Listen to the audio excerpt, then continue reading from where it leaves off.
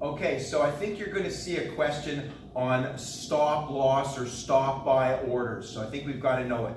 So we're going back to our quote for our security. So remember the quote, it was the highest bid and the lowest ask. So I just made this up. It was $9 bid, it was $9.20 was the ask. So now the scenario in the question is you own shares.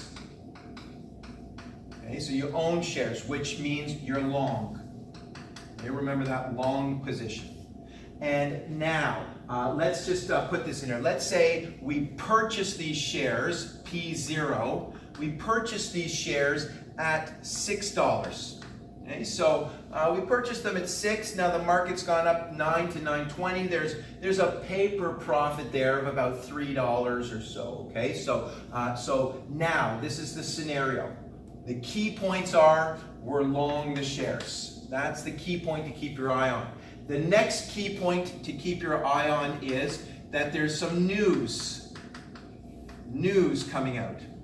And with this news coming out, the share price could drop down, and I'm just going to say, let's say it drops down to $7.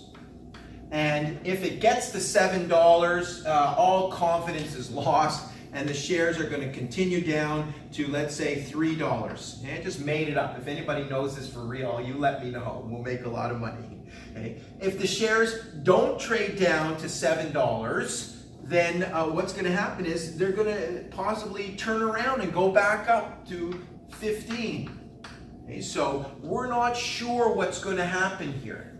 Okay, there's some news coming out, and if the shares trade down to this price, boy, they're really going to drop down to $3, and we don't want to lose our paper profits and more.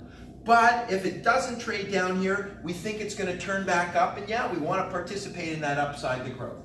So what can we do? Well, remember, if we place a limit order, order to sell, then what's going to happen here? Well, let's say we placed a limit order to sell. We think it's going to drop to 7. Well, I place a limit order to sell at $8.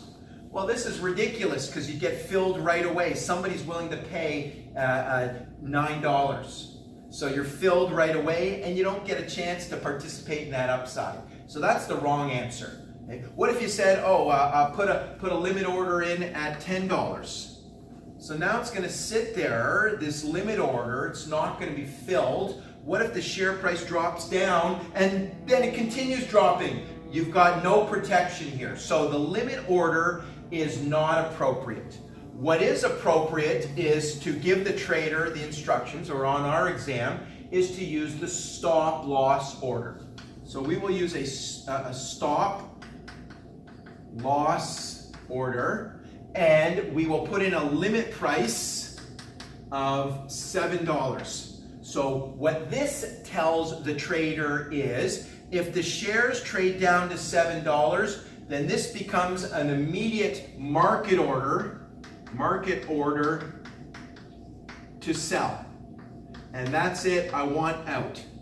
Okay, so now we may get $7 or lower. Okay, remember, with market orders, that risk, you don't know, because it's just get me out. And if the market is really thin, you could get sold out at a little bit lower price. But the idea is, if the shares do not trade down to $7, this stop loss order is not executed, and we can participate in that upside. So there it is. Here's the code, cracking the code on this stop loss order. The key is it's appropriate when you have a long position. Okay, so let's move on to the next.